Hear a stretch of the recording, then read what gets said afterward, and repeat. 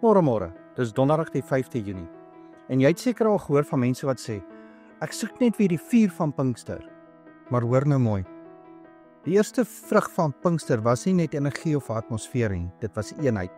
In Handelinge 2 vers 1 staan daar geskrywe, en toe die dag van die Pinksterfees aangebreek het, was hulle almal eendragtig by mekaar.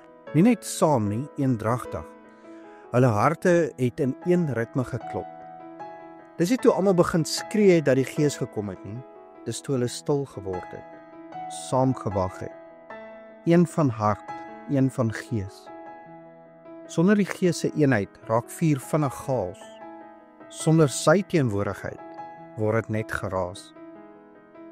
En in Handelinge 4 vers 32 lees ons, die menigte van die wat geglo het, was een van hart en een van siel. Dis Pinkster. Nie net vuur nie, maar familie.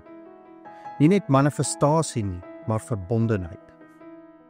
Die Griekse woord in Handelinge 2 wat gebruik was homathimadon. Dit beteken met eensstemmigheid van hart en gees. Nie net in dieselfde vertrekking, maar in dieselfde gesindheid. En as jy vra vir die Gees vandag, vra hom ook om jou hart te verbind met ander.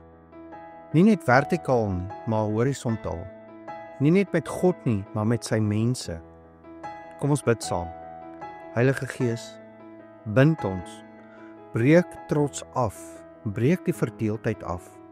Skep in ons hart van eenheid, een van siel en een van gees. Laat u vuur val op almal, nie net een nie. Bou 'n familie, nie net 'n skare nie. In Jesus naam. Amen. En moenie vergeet nie, jy is dalk die Bybel wat iemand vandag moet ontmoet. En dalk is dit nie jou vuur nie, maar jou eenheid wat hulle na Jesus toe trek. Ek hoop jy het 'n geseënde donderdag.